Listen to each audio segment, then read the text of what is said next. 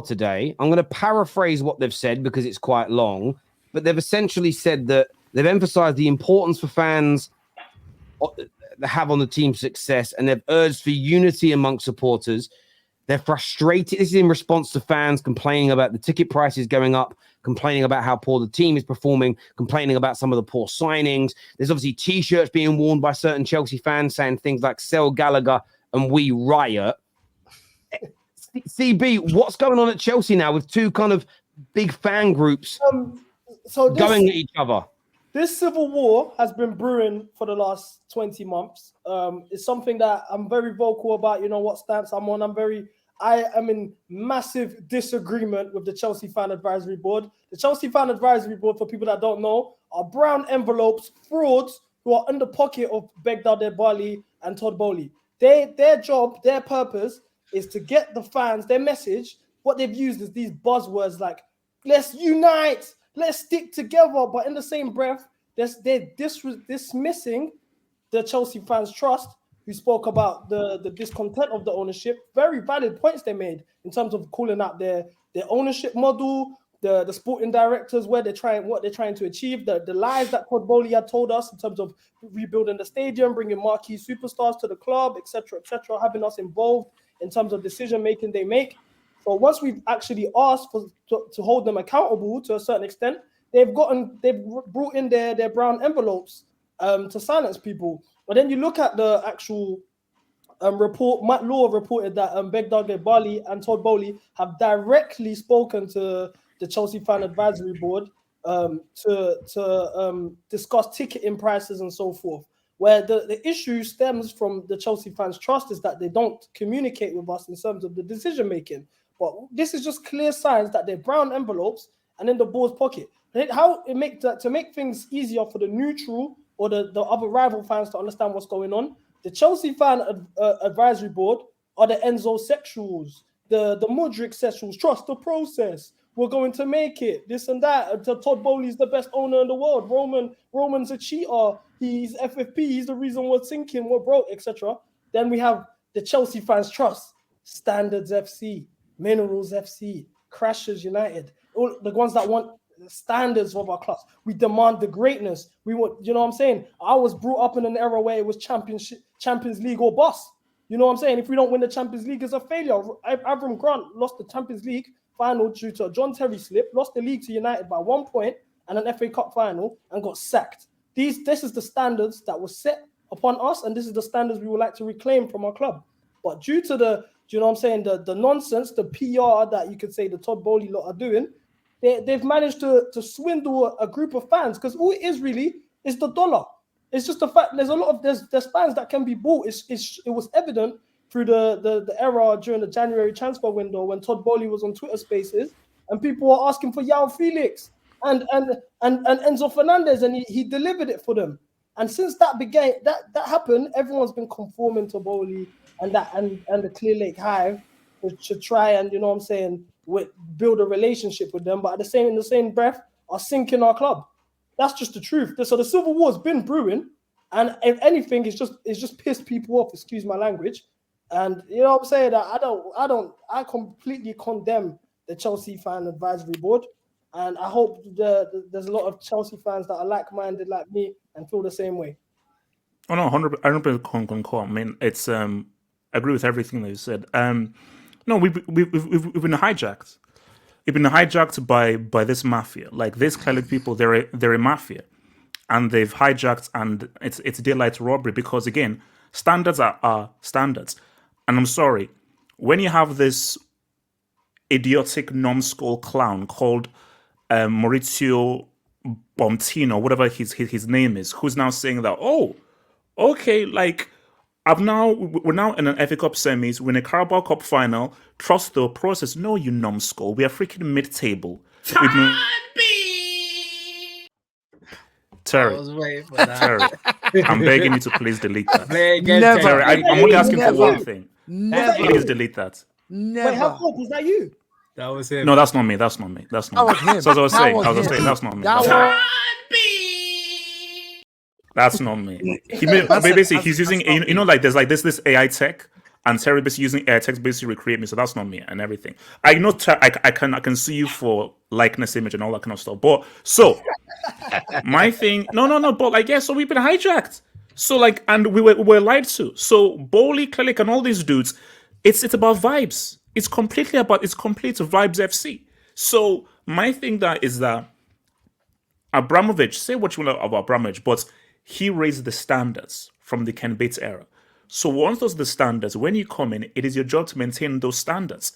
And if you don't maintain those, look, it was all illegal. Don't use the whole money thing. So the standards were there. So my thing is that how Chelsea are in a situation where it's trust the process, and we now have a recruitment policy that's like DiCaprio FC. It's stupid. It's freaking stupid. It's back to how it used to be, bro. This is Chelsea we know. Let me throw this to Paddy. Go on, Paddy. But like Chelsea had a 20-year period of success that was bought by oil money. Fair play to them. Roman Abramovich, he didn't raise the standards. He bought the standards up. You know, this is just Chelsea back to the old days. Fair play. Enjoy it. You will never be back. Your era died when Abramovich left. This is it for you. There's no coming back. It's done. You are about to be, and I can't wait for the day. Chelsea, I'd love them to liquidate. They're the original oil club, and oh man, it's going to be sweet. They've spent so much money since Todd Bowley came in. They are about to be pounded like a prime Mia Khalifa, so bad that they will not exist anymore. And I cannot wait. The way they're spending money is hilarious. They're such a shit club. I hate them. Well, can I say one thing? So, I'm going to go to Sard, then I'm going to go to a super chat because I think it cut in well to this. But go on, Sard. I just want to say one thing. Listen, firstly, the fan advisory board is always going to be with the owners, bro. They're always going to be with them. Yeah, they get it's just something that happens. The fan advisory board, when the Cronkies were sucking the life out of us, were with them, bro, and say, oh my god, let's give them a chance. Look at this, look at that. Now it worked, but to be honest, I just want to say this to Chelsea fans, man. Listen, I've said this before, I'll say this again. You guys are spoiled brats. You're finally realizing this is what American owners do. Terry and Griggs have had their mere standards sucked out of their club, drained, just for pure commercial gain and just for money. Same with me and Dale. Bro, our club got demolished by these American owners coming in and just doing whatever they want, trying to take their profits and get it in. So has Paddy with the Liverpool and Ram. With the Liverpool fans, bro, FSG went and bought a few players, and they said, right, we're making enough money now.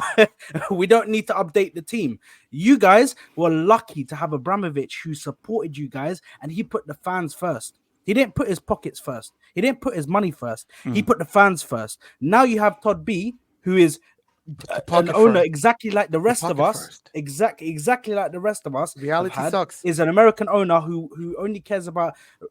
He's having fun at the moment. He literally is having a fun. When you're a billionaire like that, this is what you can do. You can go out and do stupid things like this, where you can buy a club and then you can have fun. You can spend all the money you want. You're like, oh, let's just try this. Let me throw more money at it. Let me throw more money at it. Just break rules, find loopholes, bro. This is what happens. And now he's gonna try. No, but I don't have to accept this. And also, as someone with zero UCLs, you shouldn't be lecturing us about anything with zero UCLs. You can accept this. You can accept this, or you cannot accept it. It doesn't matter. He owns the club. Whatever you guys say, he can sit there and read your tweets and go,